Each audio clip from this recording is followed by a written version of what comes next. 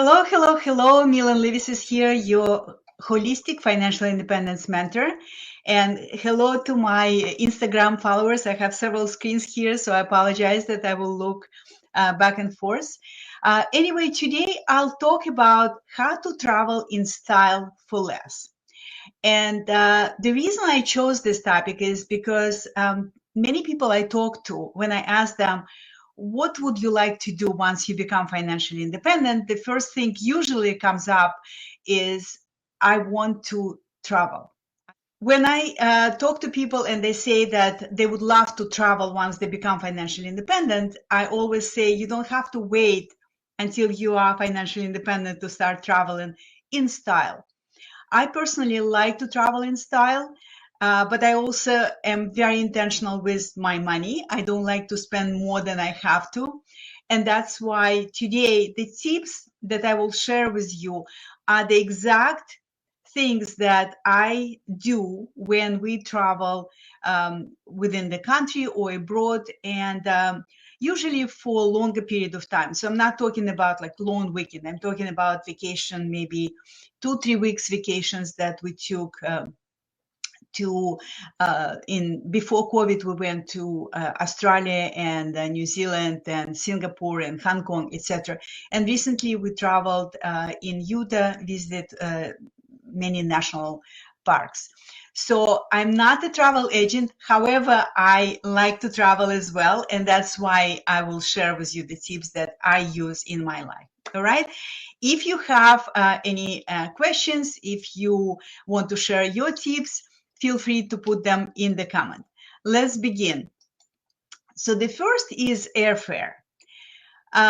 So what we do, we order in advance a credit card of a particular airline that we plan to fly with. For example, Delta or United, right? And we do that in order to receive the miles for card purchases before we make reservation for the airfare. Many cards offer 50,000 miles or 60,000, sometimes 70,000 miles. They reward you for opening the card with them if you spend certain amount, maybe 2,000 over the 3 months period. Okay, so that's what we use. We often use the card of the airline that we're planning to fly with, and we also accumulate. After the trip, we accumulate more points, and we reuse these miles to use for our next trips. Okay. Another tip is, when you receive these miles, decide on the dates for your travel, because different dates sometimes require different amount of miles. So you can choose, if you're flexible with dates, you can choose the dates when you don't require a lot of miles to travel. Okay.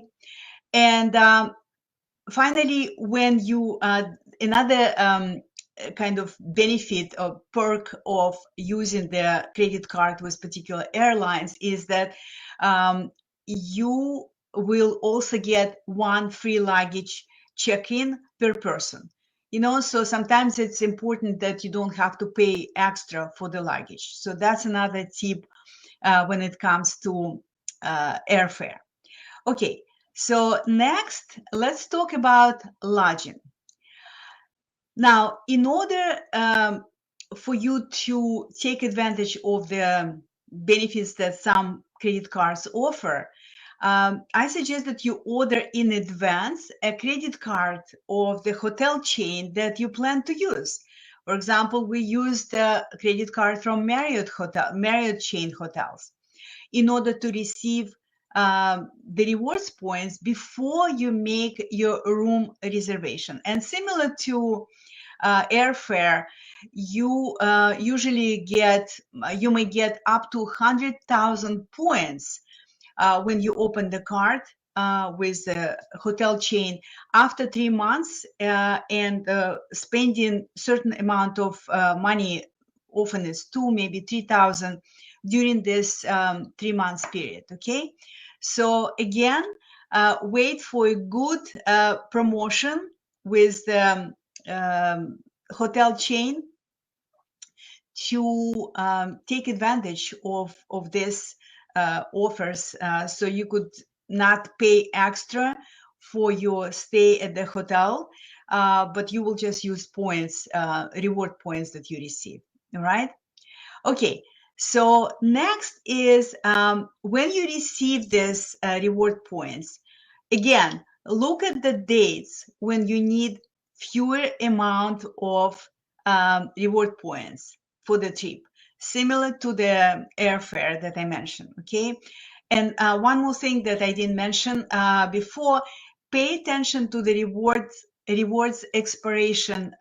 point expiration date, because you don't want to lose your points. Okay. Because usually there is an expiration date. So just pay attention.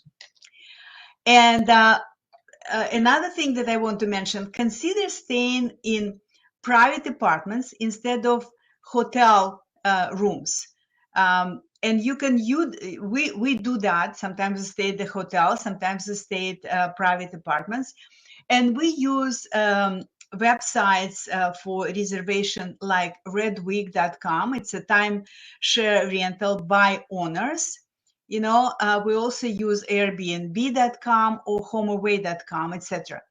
So you can use this websites to rent maybe house or apartment or chalet instead of just a room in a hotel, so that you will enjoy more space and having a kitchen. Like sometimes I'm tired of eating at the restaurants when we travel for a long time. So sometimes I like to have breakfast or lunch at home. So you will have your kitchen. Okay, so next, let's talk about meals. I kind of just alluded to this, but let me share with you what we do. You may choose to stay in a private house or apartment instead of hotel, in which case you will have more space and a kitchen, right? So I just mentioned this. This way you can choose to cook occasionally and prepare maybe picnic instead of going to the restaurants, which I sometimes occasionally prefer when we travel for a long time. And another benefit of this is that it offers significant savings, right? When you occasionally prepare meals in your place. And also it's convenient, I think, to have options when and what you eat. So that's my preference. That's why I shared this with you. Okay, so next, let's talk about activities, because personally, I like to be active, right? So I don't like just to go on the beach, and it's a matter of preference. But we like to visit places when we travel. So, for example, recently we went to several Utah national parks, and for national parks, if you visit more than one park during your vacation, you can buy the annual pass and save money on paying for access to the individual parks, like when you have to pay every time you enter the park, right, for admission. You can just buy the pass. And if you are 62 plus, you will only have to pay in the United States to visit national parks. You will only have to pay $20 for annual pass to most beautiful national parks in the United States. I'm telling you, we just came back from Utah, and it's undescribable in words, the beauty that we experienced. And I just, first of all, I highly recommend you to go to national parks in Utah. And secondly, just buy the annual pass, and most parks accept this annual pass, and you will save some money on that. Now, ski vacations, because we went to Park City, and when I saw the price for ski lift, which was anywhere for one day for one person, anywhere from $250 to $275, I was like, wow. So here's the tip for ski vacations: make sure that you check in advance the ski lift cost, right? So you will not have this surprises.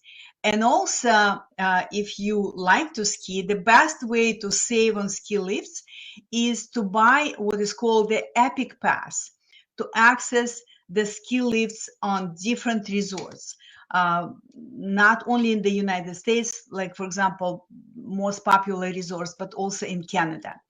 And you will get the optimal savings if you buy your Epic annual pass in April for the next ski season. Okay, so that's what we're gonna do because my husband likes to ski, and that's what we're gonna do. We're gonna buy the Epic annual pass in April for the next season. All right, so let me know. Let me know what particular tips resonated with you. But I hope you see that the key to be intentional with your money, the key to travel in style for less, is to plan your vacation in advance. Plan your vacation in advance, right? And we're talking about a longer vacation, like maybe 2 or even 3 weeks or more vacation. Plan it in advance. Use the tips that I shared with you.